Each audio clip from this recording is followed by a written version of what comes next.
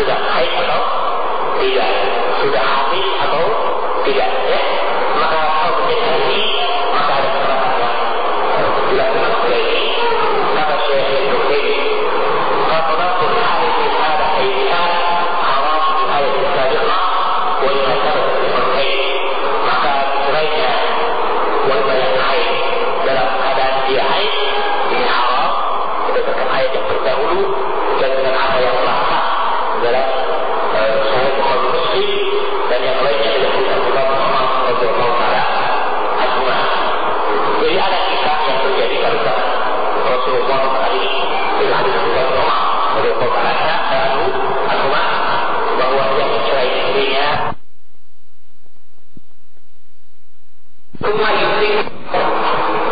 Kemudian perintahkanlah dia untuk tetap menahan istrinya hatta taqwa, hingga istrinya bersih dari haid yang dia ceraikan, ya.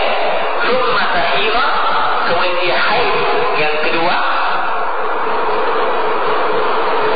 Summa taqwa, kemudian dia bersih dari haid yang kedua. Summa insya amsaka ma'ahu wa insya tallaqa qabla an yamassa fatilka iddatu allati Allahu subhanahu wa ta'ala. Kemudian jika dia menghendaki setelah dia bersih dari haid yang kedua, jika dia menghendaki dia saksikan istrinya, kemudian jika dia menghendaki dia cerai sebelum dia menyentuh atau berkumpul dengan istrinya, dia adalah iddah yang diperintahkan Allah untuk wanita dicerai pada waktunya, pada waktu iddah tersebut. Nah, setelah jelas ini, ya, maka kita dapatkan jika terjadi seorang suami lalai hingga dia mencerai istrinya yang ternyata dalam keadaan haid, maka hukumnya sang suami harus kembali kepada istrinya, ya. Dan kita sebutkan ini hukumnya wajib. Para ulama mengatakan hukum tentang kembalinya ini adalah wajib. Ini pendapat yang kuat, ya. Sebenarnya jumhur berpendapat perintah untuk rujuk ini istihbab. Murhu fal yuraji'ah. Ini perintah istihbab, ini jumhur ulama. Tetapi tentunya melihat kekuatan dari dan tidak adanya sharif, tidak ada yang memalingkan dari arti yang wajib, karena asalnya perintah menunjukkan apa? Kewajiban. Aslu fil amr al-wujub. Asal dalam perintah dan kewajiban. Maka yang benar adalah pendapat Imam Malik dan washabuhu dan murid-muridnya, dan waidah riwayat Ahmad wa Dawud, dan dia satu riwayat dari pendapat Imam Ahmad dan Dawud al-Zahiri yang dia pendapat yang rajih, pendapat yang kuat, wajibnya sang suami rujuk kepada istrinya. Ini pendapat Imam Malik dan pendapat satu riwayat dari Imam Ahmad dan Dawud al-Zahiri, ya.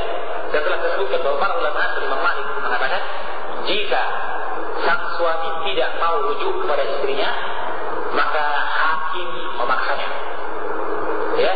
Hakim memaksa suami untuk kembali kepada istrinya. Karena ini adalah hukum syar'i. Jika dia menolak, maka bagi hakim untuk menghukum ta'zir, hukum peringatan, baik dengan cambuk, ya, atau hukum yang dilihat oleh penguasa ketika itu. Wallahu a'lam bishawab. Baik. Kemudian ada perkara yang lain yang perlu kita ingatkan pula, bahwa sesungguhnya dalam riwayat yang disebutkan oleh Syekh Al-Bukhari ada perintah bahwa jika terlanjur dia dicerai dalam keadaan dia haid, maka dia ditunggu sampai bersih haid tersebut. Yang dicerai salah tadi, ya, yang dia dicerai tadi salah, dicerai dalam keadaan haid, maka ditunggu dia bersih dari haid. Setelah itu tunggu haid yang kedua, ya kan? Ya, setelah itu bersih dari haid yang kedua, dan sebelum dikumpuli, ya, dia dicerai jika hendak dicerai, ya. Ini yang didapatkan dalam riwayat Ibnu Umar. Sesungguhnya ini riwayat Ibnu Umar dari jalan Salim dan Nafi serta Abdullah bin Dinar. Dari 3 orang tabi'i meriwayatkan adanya penyebutan 2 kali bersih jumhur dari ashab murid-murid Ibnu Umar yang lainnya, perawi hadis yang lainnya itu menyebutkan hanya satu tokoh saja.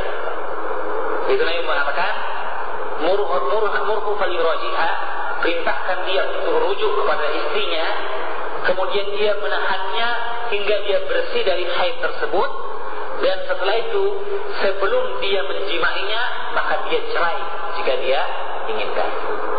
Jadi berapa haid yang disebutkan? Cuma satu haid saja, ya. Jadi setelah dia dicerai salah tadi, dicerai dalam keadaan dia haid, maka cukup ditunggu dia bersih dari haid itu, setelah itu dicerai sebelum disentuh. Ya, ini riwayat jumhur ashab.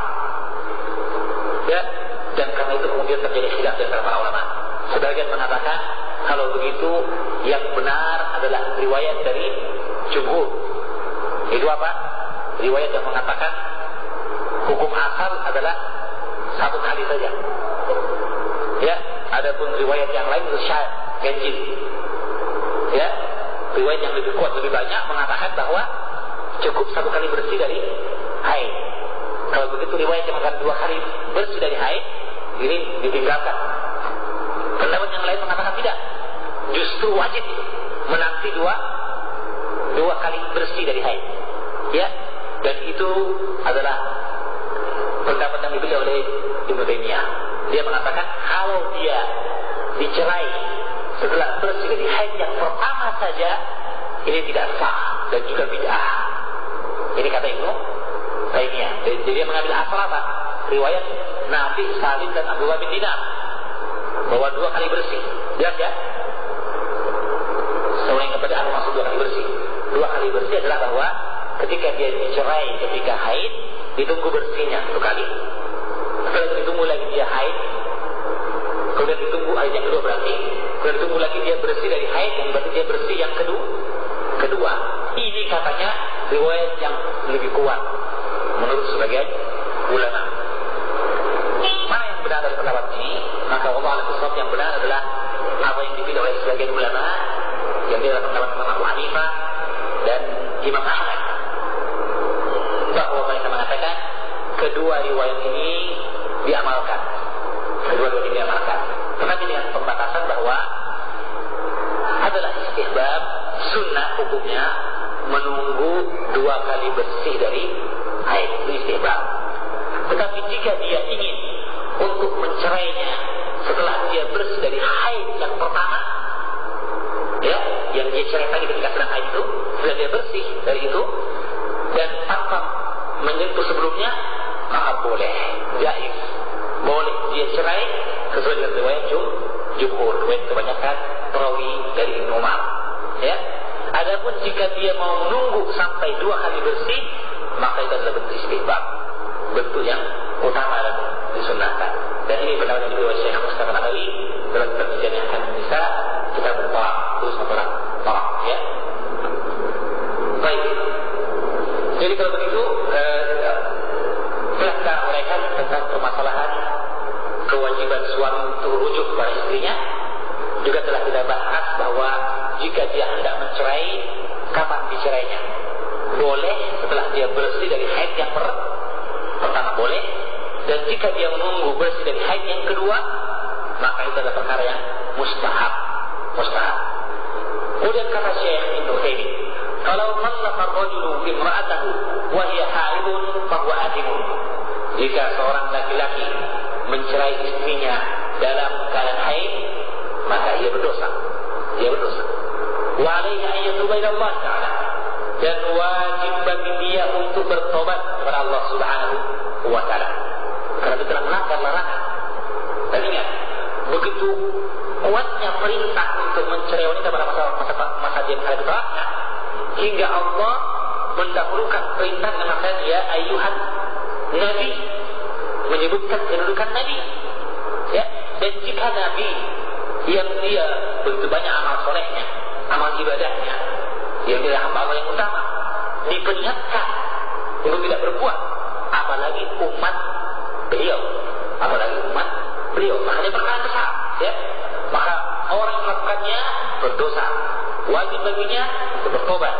Wa yarudda al-mar'ata ila ismatihi, dan dia wajib untuk mengembalikan sang wanita dalam ismah, dalam penjagaannya.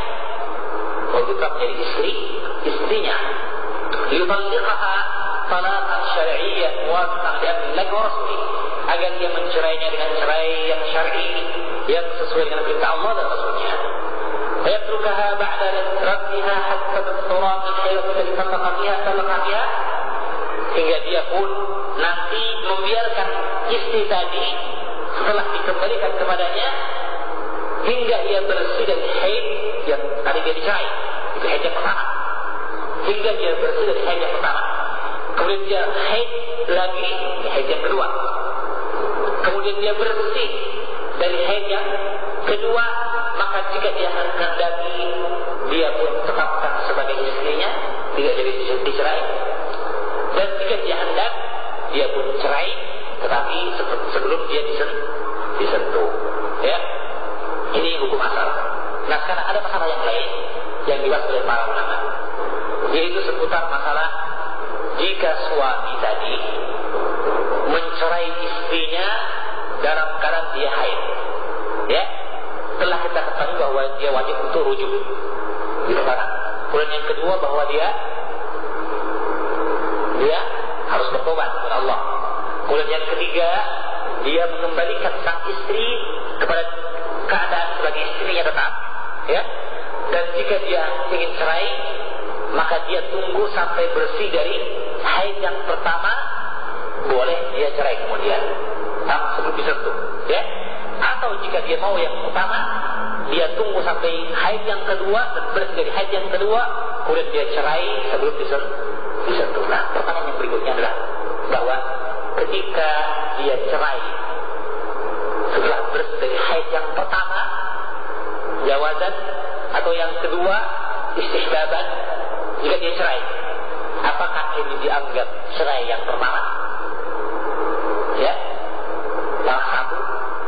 Sedangkan yang tadi itu tidak dianggap dalam bid'i tadi, ketika dia cerai dalam keadaan haid, ya, dan dihapus hukumnya, ya, sehingga sang wanita baru dicerai satu kali saja, istilah talak satu, atau dia telah dihukum sebagai talak dua, dan bahwa talak ketika dia sedang haid dianggap talak yang sah dalam bilangannya, itu bahwa sudah jatuh satu, ibarat rusak sudah jatuh satu talak satu, ya, hanya saja tidak sah untuk ditempuh masa iddah ketika itu, sehingga dia kembali rujuk.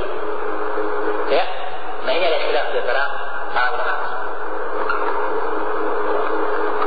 Ada khilaf di antara para ulama. Dan sesungguhnya jika kita lihat keterangan yang datang dari hadis Abdullah umatnya sendiri, ya, tentunya kejadiannya lebih jelas, ya, prakteknya tentang kejadian pada zaman Nabi. Maka tinggal kita kumpulkan riwayat hadis Abdullah bin Umar ini. Bagaimana Nabi mensikapi keadaan cerainya Ibnu Umar ketika dia salah mencerai, mentalak dengan talak bid'i ketika sedang haid. Ya, apakah dijatuhkan satu talak atau dianggap talak yang tidak ada nilainya atau mulghah?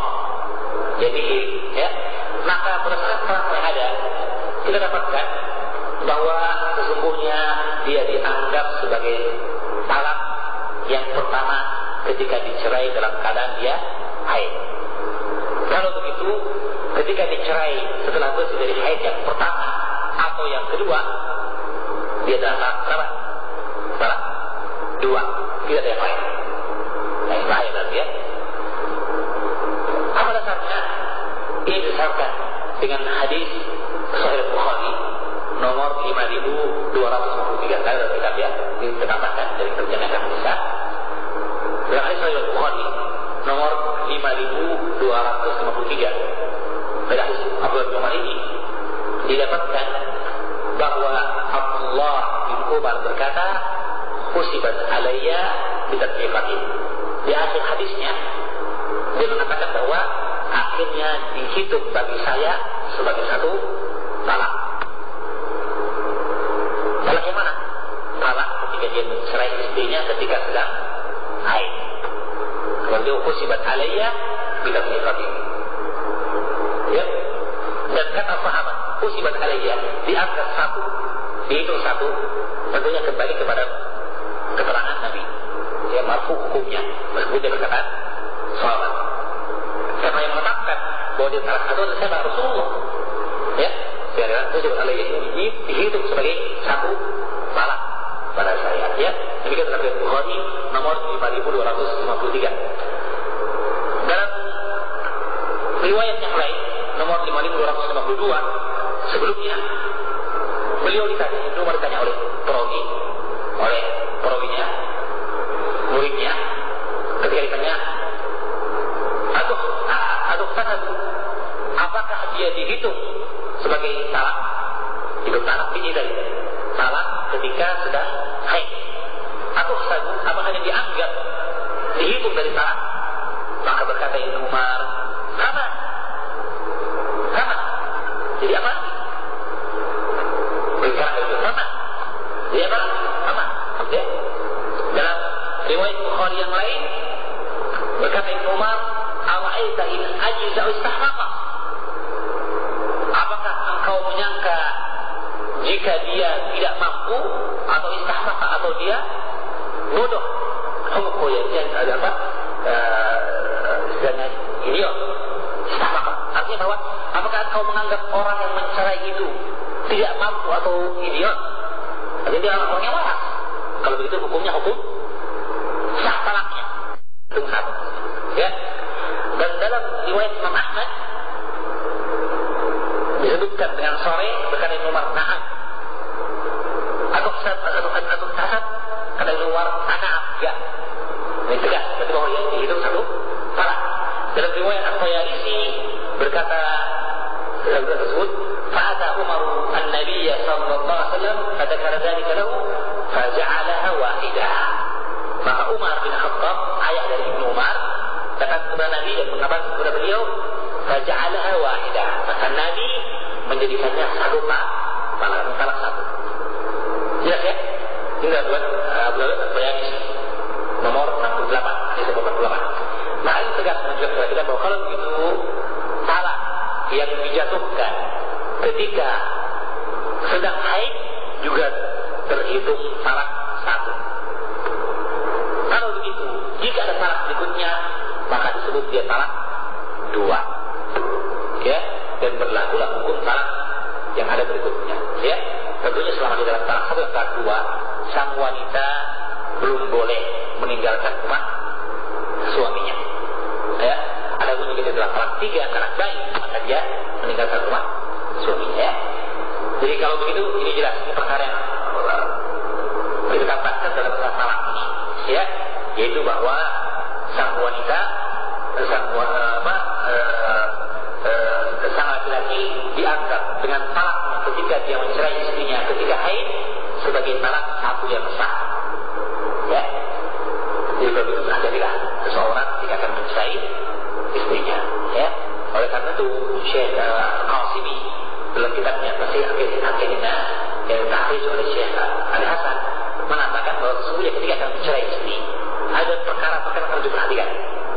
Di antaranya adalah bahwa usaha islah yang harus diadakan di antara kedua belah pihak, sehingga suami tidak serta-merta menjatuhkan talak tanpa adanya usaha untuk menengahi perselisihan yang terjadi di antara mereka. Ya. Baik. Kemudian setelah diketahui hal ini, maka berkata Syekh bahwa dikecualikan dari hukum haramnya mencerai istri ketika sedang haid tiga permasalahan. Jadi ini hukum asal tadi haramnya berdosa sang suami yang melakukan. Ya. Tetapi ada tiga keadaan, tiga kasus yang sang laki-laki keluar dari dosa dan caranya talaknya dihitung sebagai talak yang syar'i dan sah, berlaku masa iddah. Apa itu? Yang pertama, al-ula, idza kana at-talaqu qabla an yakhluwa biha aw yamassaha fala ba'sa an yutalliqaha wa hiya haid. Yang pertama, jika talak cerai tadi dilakukan sebelum sang suami berkhalwat dengan istrinya. Apa maksudnya itu berkhalwat ya? Ya, memang baru selesai akad nikah, ya, belum minta izin untuk masuk kamar sama istrinya sholat sunnah, ya, kan belum berkhawat berarti, ya.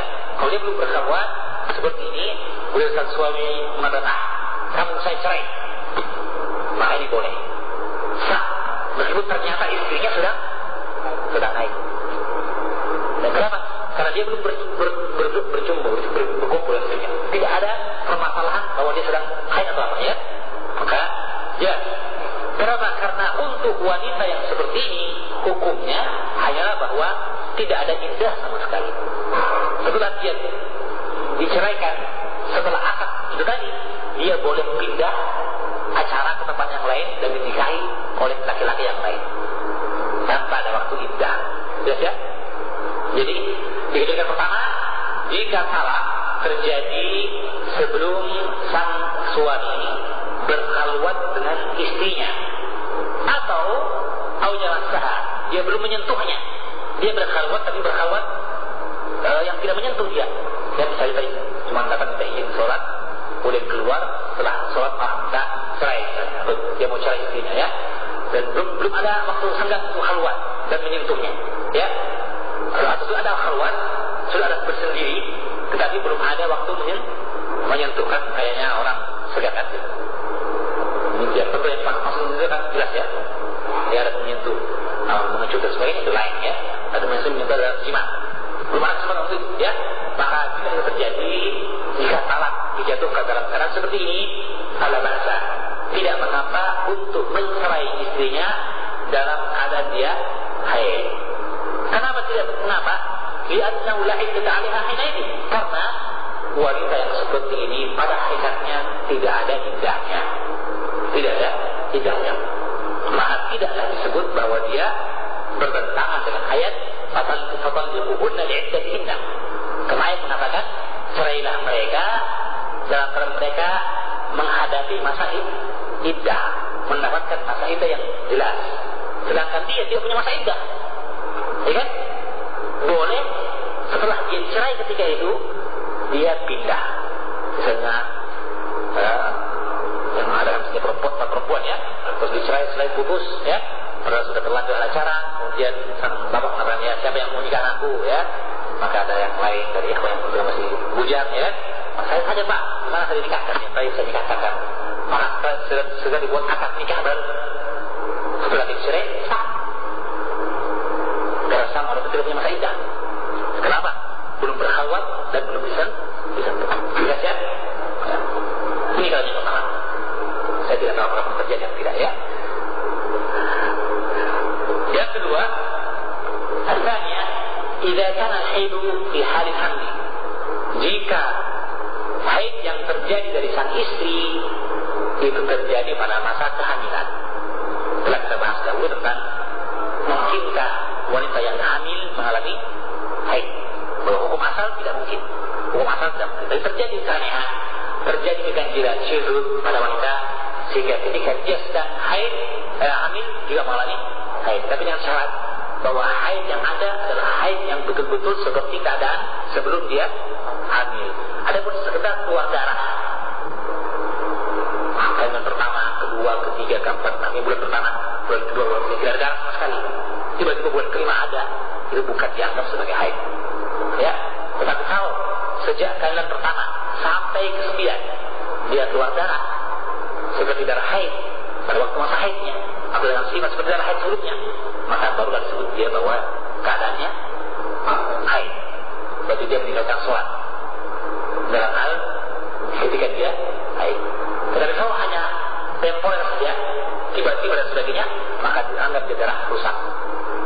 Namun asal wallahu a'lam, yang dulu kita lanjutkan, ya. Maka kalau begitu, apa yang berjumpa para ulama?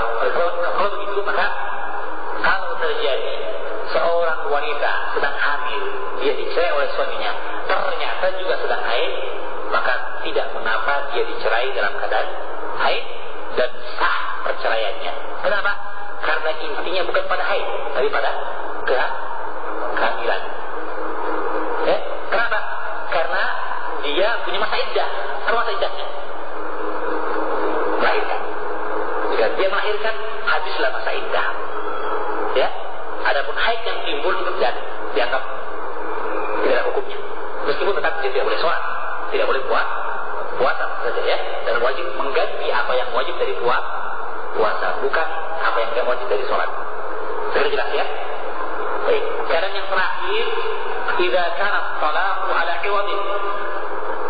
Jika cerai yang terjadi adalah dalam bentuk iwad, dalam bentuk tebusan. Iwad artinya tukaran. Kalau orang bilang tukar guling, ya, tanda kutip maksudnya ya. Jadi bahwa dalam artian bahwa sang istri minta cerai dan ia membayar apa yang merupakan bentuk pengganti bagi dilepaskannya ikatan nikah tadi. Ya, artinya mahar. Misalnya seorang suami dengan istri, sang suami memberikan mahar kepada istrinya sebidang tanah, kebun misalnya, ya. Maka mungkin sang istri mengalami tidak cocokan, ya, sehingga akhirnya dia minta cerai. Nah, ketika akan minta cerai, maka diminta sang wanita untuk ibarat ganti rugi, ya.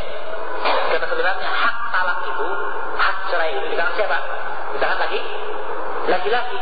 Maka ketika sang wanita minta untuk cerai, maka maksudnya dia minta agar diceraikan oleh suaminya, dan itu haruslah dengan bentuk iwad, tukaran. Apa itu? Dia mengembalikan mahar yang telah diberikan oleh suaminya. Ya, maka cincin pun dikembalikan, ya, kebun pun dikembalikan. Maka dalam keadaan seperti ini, boleh sang suami menjatuhkan talaknya setelah dikembalikan tadi, meskipun ternyata sang istri sedang haid.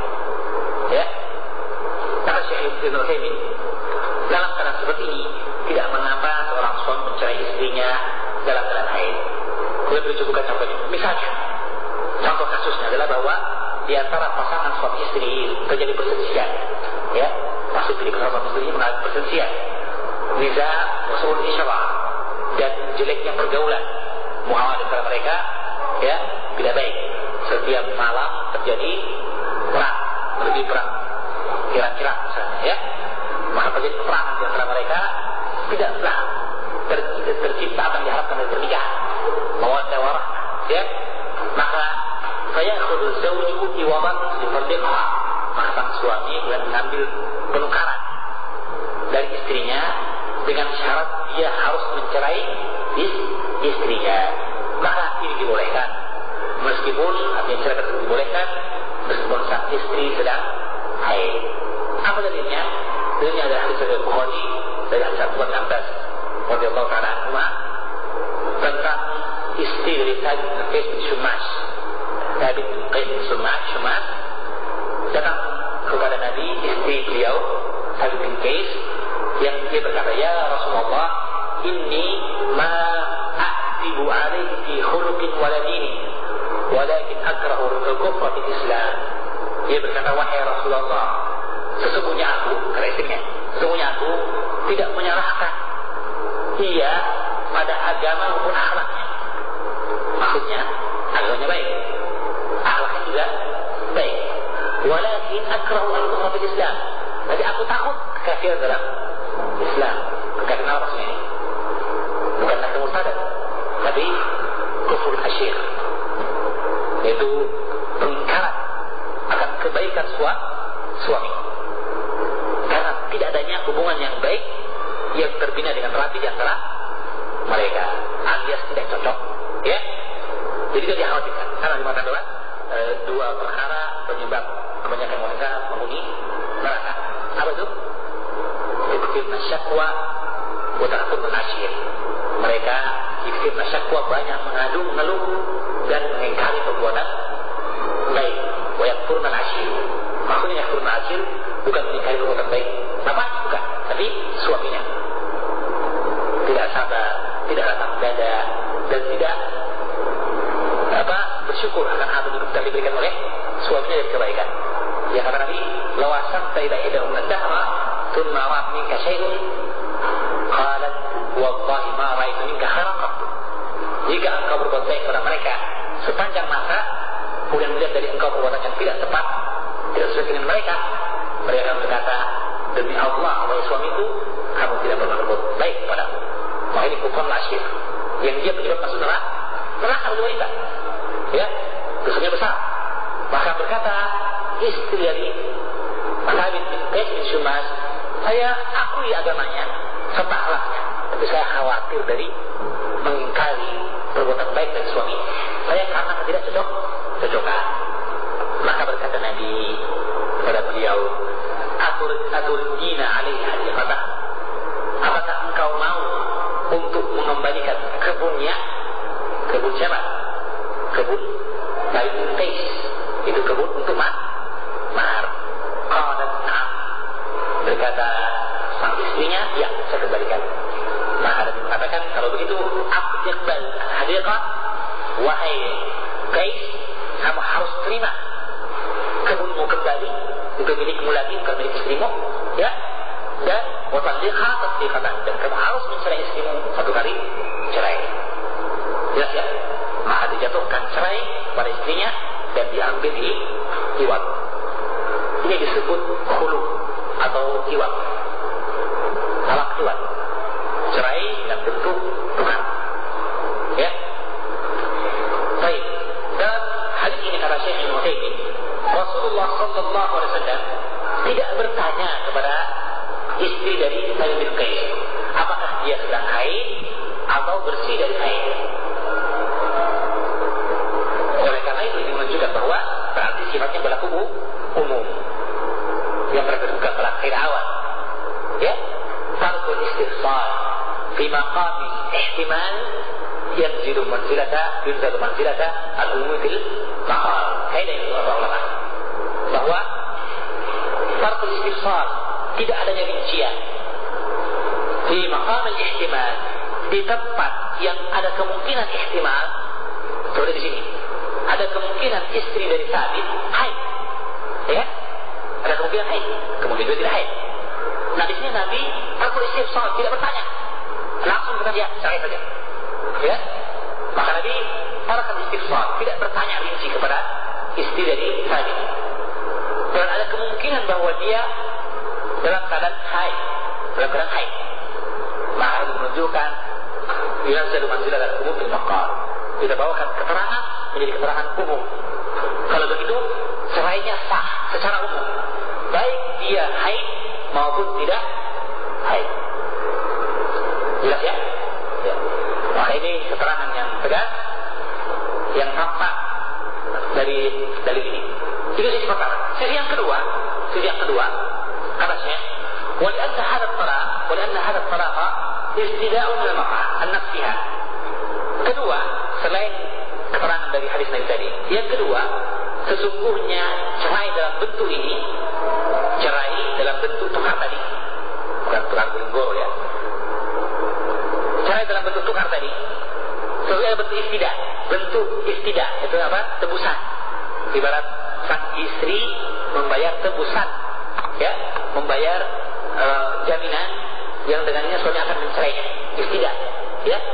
Istidah artinya apa? Fidyah, menebus atau kafarah, bentuk kafarah atau bentuk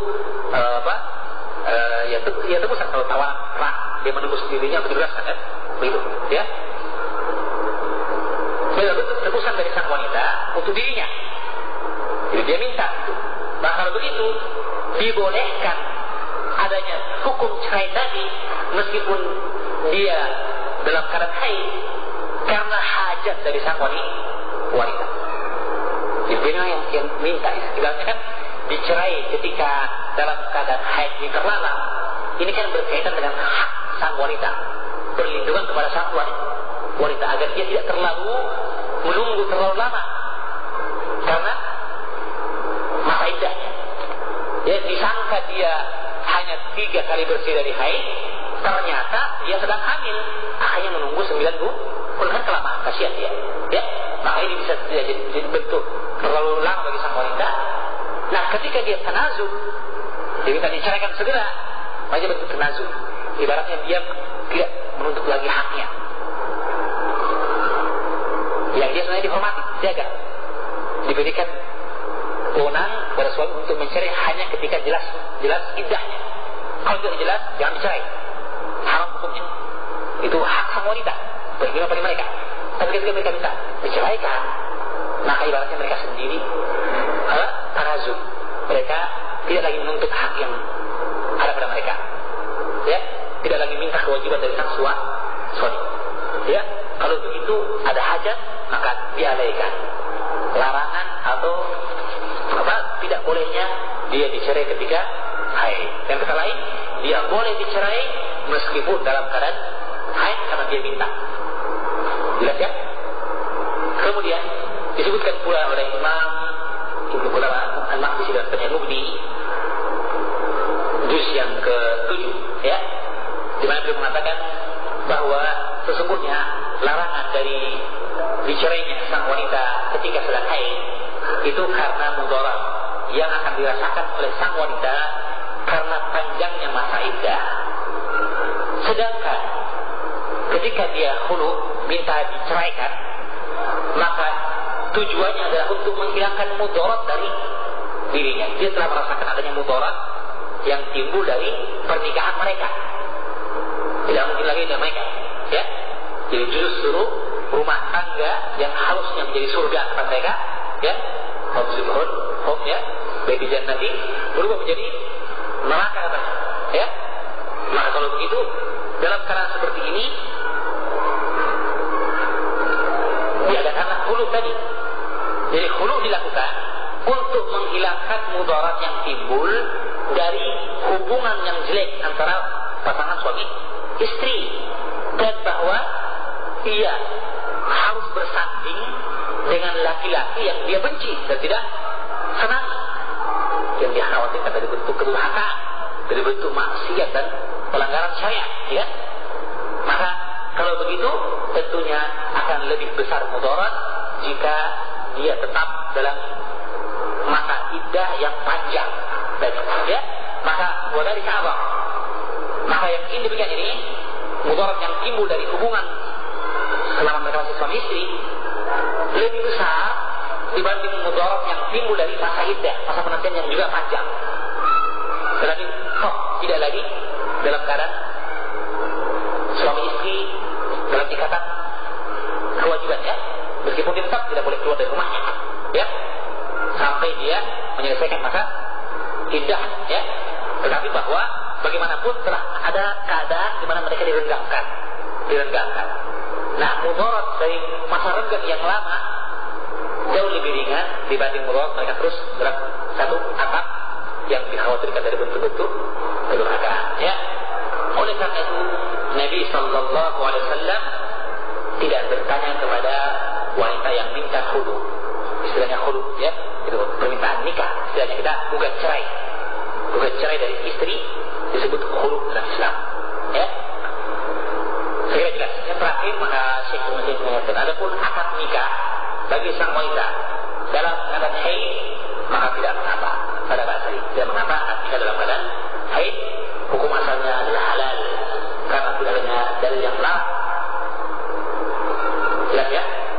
Nah, hanya saja kata beliau, adapun memasukkan sang suami kepada istrinya, mengumpulkan dia, mengantar dia ke istrinya dalam keadaan istrinya sedang haid setelah akad, maka kata Syekh ini dilihat tentang amannya sang suami dari keadaan babi buta, ya, maksudnya, ya, karena haram hukumnya mencampuri istri yang sedang haid.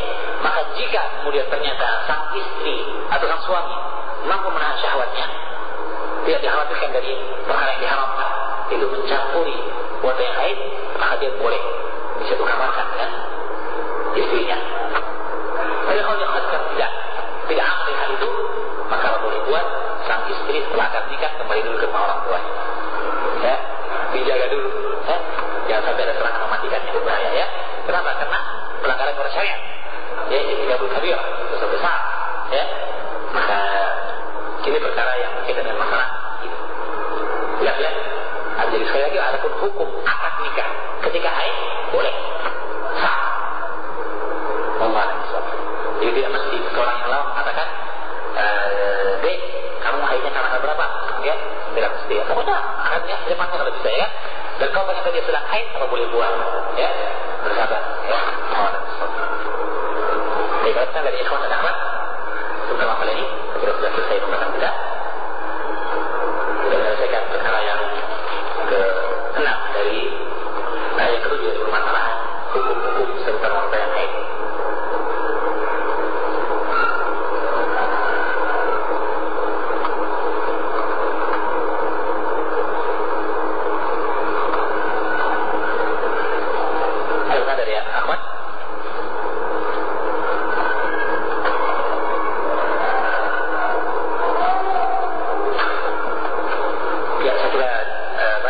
kan?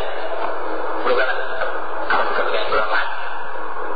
Sebelum menutup saya coba ingatkan dalam bentuk ringkas bahwa setelah ini telah didapatkan awalnya mencerai istri dalam keadaan haid, ya, dan merupakan dosa besar dan kewajiban suami untuk bertobat kepada Allah.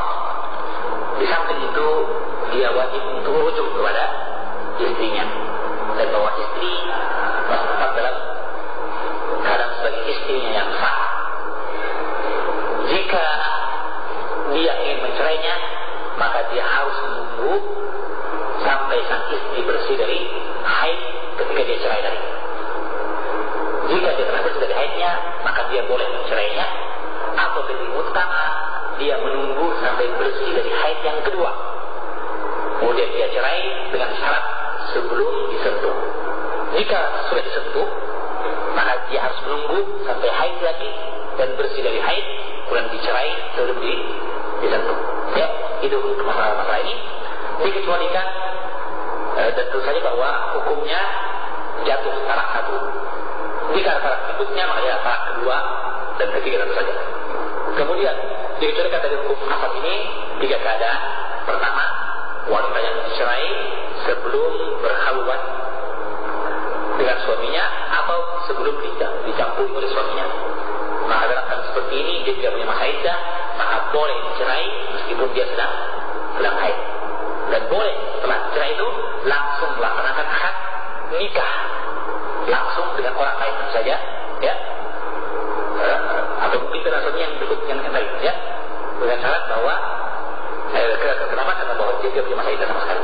Kemudian yang kedua, wanita yang sedang hamil dan kebetulan juga mengalami haid yang rutin, maka dia boleh dicerai. Kenapa? Karena yang pokok adalah kehamilannya, dan iddahnya adalah ketika dia telah selesai iddah adalah ketika dia melahirkan. Yang ketiga adalah wanita yang khulu, minta dicerai atau bukan cerai, tetapi dengan kewajiban tentu saja dia membayar mahar, memberikan mahar. Ada khilaf di antara para ulama apakah cukup memberikan mahar atau suami boleh meminta tambahan yang lain, atau boleh juga selain mahar. Sekarang ada mahar yang sifatnya bukan berupa benda, ya, boleh. Suami misalnya diminta oleh istrinya mahar berupa mengajarkan surat Ar-Rahman misalnya, ya, surat Al-Baqarah, sudah para sahabat yang minta dinikahkan, ya, maka maharnya adalah mengajarkan surat Al-Baqarah. Maka jika terjadi yang seperti itu, maka tentunya tidak mungkin dikembalikan pengajar, kan? Dikembalikan dalam bentuk benda, meskipun dia bukan mahar yang tujuannya adalah irda'uz zauj, untuk membuat keridhaan dari suami agar dia menjatuhkan gugat cerai. Ya, itu dilakukan ya dalam hal ini. Tetapi hukum asalnya jika dia dalam benda materi, maka maharnya dikembalikan. Termasuk dalam hal ini apa yang diberikan sebelum pernikahan. Kadang-kadang sebelum pernikahan, istilahnya sang calon suami sudah berikan cincin, ya, berikan perhiasan, ya, kan begitu. Maka tentang hal ini, jika dia adalah merupakan mahar adat biasanya, maka dia masuk ke mahar, dikembalikan pulang. Misalnya ada laki-laki sudah berikan sama calonnya misalnya motor, ya, berikan ini apa, ya, atau rumah, ya, nanti setelah itu nanti diberikan lagi mahar, ya, maka dia masuk dalam tukang mahar meskipun tidak disebutkan dalam akad nikah, mahar itu pun dikembalikan. Wallahu a'lam bishawab. Baik, ada pertanyaan kebetulan dari akhwat untuk pembahasan. Ya, pada pertemuan yang lalu saya pernah menanyakan mengenai qada salat ketika menjelang persalinan. Salat yang saya tinggalkan yaitu maghrib, isya, subuh. Bagaimana cara waktu melaksanakan atau qada salat tersebut? Apakah dilaksanakan sekaligus atau yang bergerak? Baik, pertanyaannya masalah menjelang persalinan. Setelah kita jawab dua masalah nifas tadi. Jika dia menjelang persalinan keluar darah disertai dengan talak, disertai dengan usaha mengeluarkan bayi tersebut, mulai terjadi pembukaan, maka dia adalah darah nifas dan tidak perlu mengqadha salat terjadi. Oke, adapun jika dia menjelang persalinan apa yang talak, ya, darah keluar saja, maka dia bukan darah haid, dia darah usah, damun fasad. Dan damun fasad berarti dia wajib untuk sholat seperti aktivitas yang lainnya. Jika dia menyangka dari persalinan, ternyata setelah itu masih sebulan lagi baru melahirkan, ya kan? Bagi dia adalah rusak sunatnya. Bagi dia sangka dalam persalinan, sehingga dia tidak sholat, maka dia wajib untuk mengqadha. Bagaimana cara mengqadhanya? Cara mengqadhanya sebab dia tunaikan sekaligus yang memberikan ya maghrib, isya dan subuh sekaligus ya. Dia laksanakan ketika dia punya waktu luang untuk mengerjakannya. Dia satu waktu. Bukan dia tunggu misalnya waktu maghrib baru maghrib, misalnya nanti isya, kemudian subuhnya subuh. Tidak, dia segera lakukan apa yang tertinggal dari apa yang merupakan kewajiban itu. Wallahu a'lam bishawab. Alasan dalam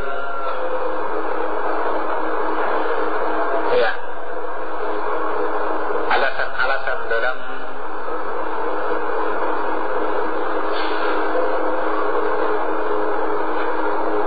bentuk apa sajakah yang mengharuskan seorang suami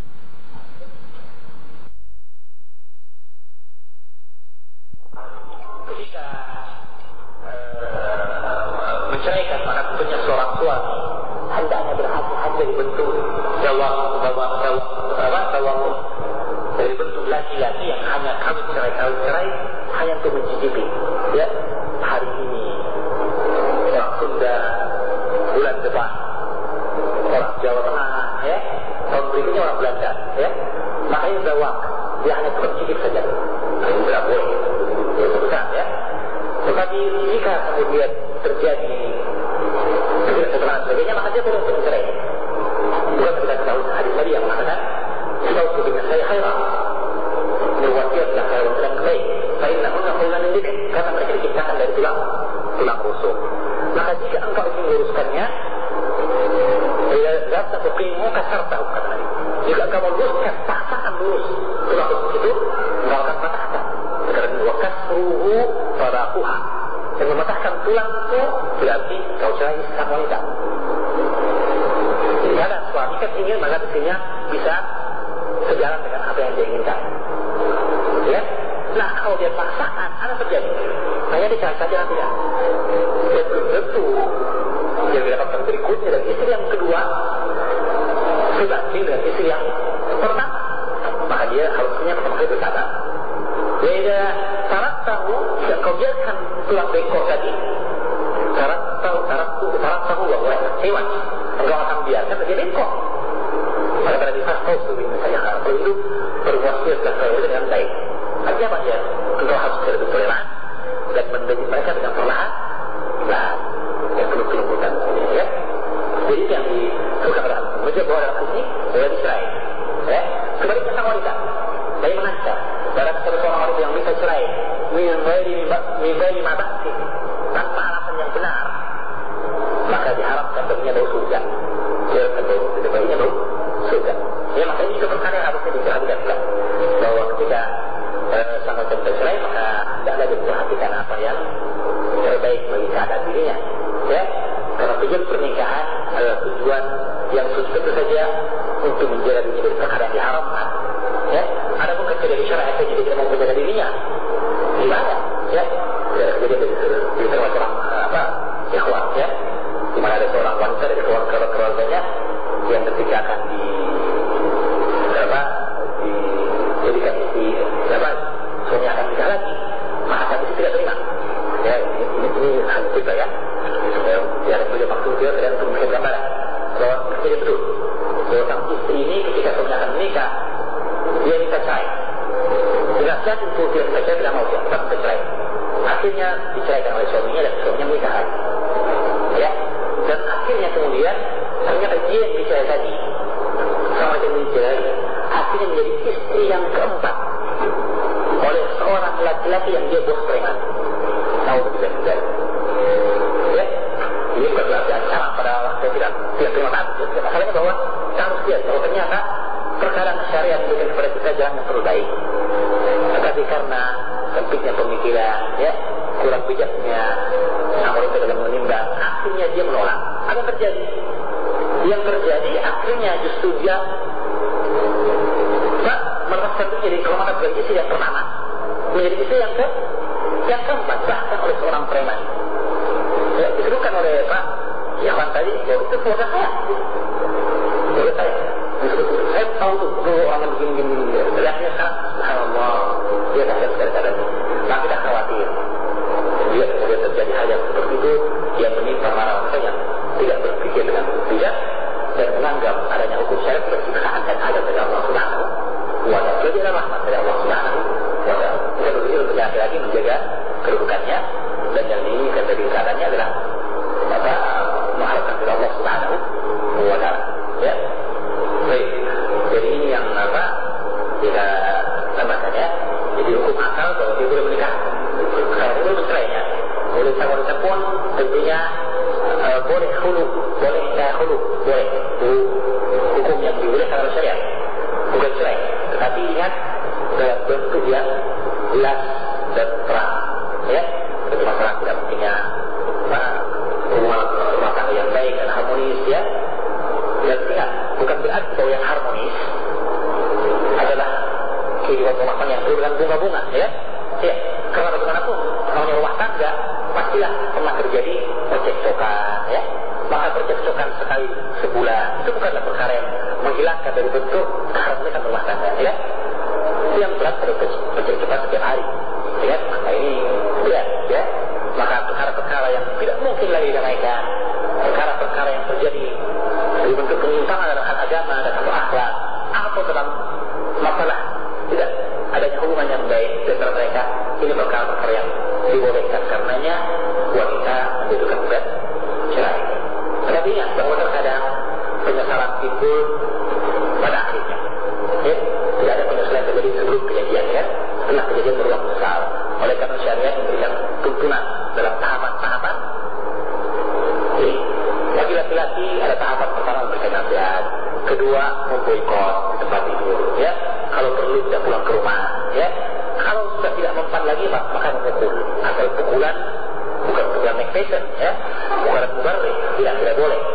Memberi cacat dan merusak wajah juga tidak boleh, mencela, mengejek ya. Inilah apa-apa pada laki-laki. Untuk wanita demikian pula, maka dia mencari penengah dari kerabatnya, dari wanita sendiri untuk menghubungi kerabat laki-laki ya. Tidak menyenangkan sekali. Itu tidak memungkinkan barulah kemudian diambil langkah pengaduan gugatan cerai dari sang wanita atau tentunya salah dari sang